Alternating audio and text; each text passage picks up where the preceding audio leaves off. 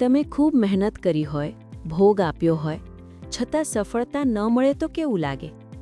તમે લાયક હોવ, છતાં વારંવાર તમારી અવગણના થાય તો કેવું લાગે?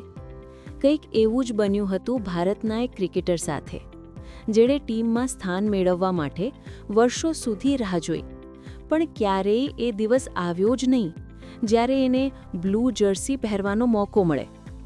આ ખેલાડી છે ભારતીય મહિલા ક્રિકેટ ટીમના coach Amol Majumdar, world cup વિજેતા ટીમના ગુરુ દ્રોણ, જેમના કોચિંગ હેઠળ ટીમ ઇન્ડિયાએ ઇતિહાસ રચી દીધો અને મહિલા ક્રિકેટમાં પહેલી વખત ભારતને વર્લ્ડ કપ જીતવાનું ગૌરવ અપાવ્યું.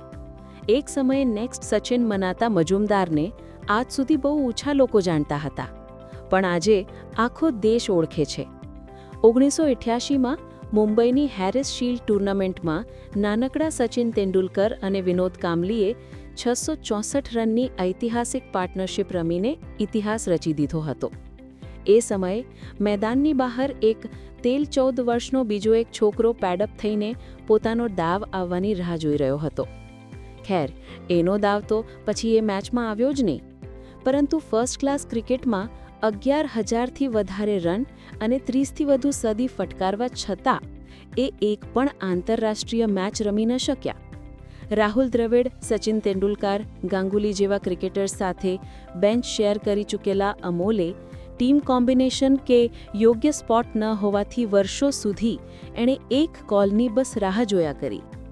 એક સમયે કંટાળીને ક્રિકેટ જ છોડી દેવાનું નક્કી કરી લીધું હતું એ જ વ્યક્તિએ સંતોષ અને ધીરજનું ફળ હવે આટલા વર્ષે છેક મેળવ્યું.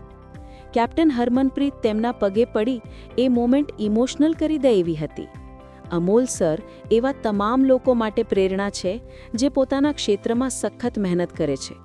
તેઓનું જીવન એ બાબતનો પુરાવો છે કે જો તમે સતત ધગશથી પોતાના ક્ષેત્રમાં લાગેલા રહેશો તો એક દિવસ કોઈક રસ્તે તમને સિદ્ધિ અને સફળતા મળશે જ.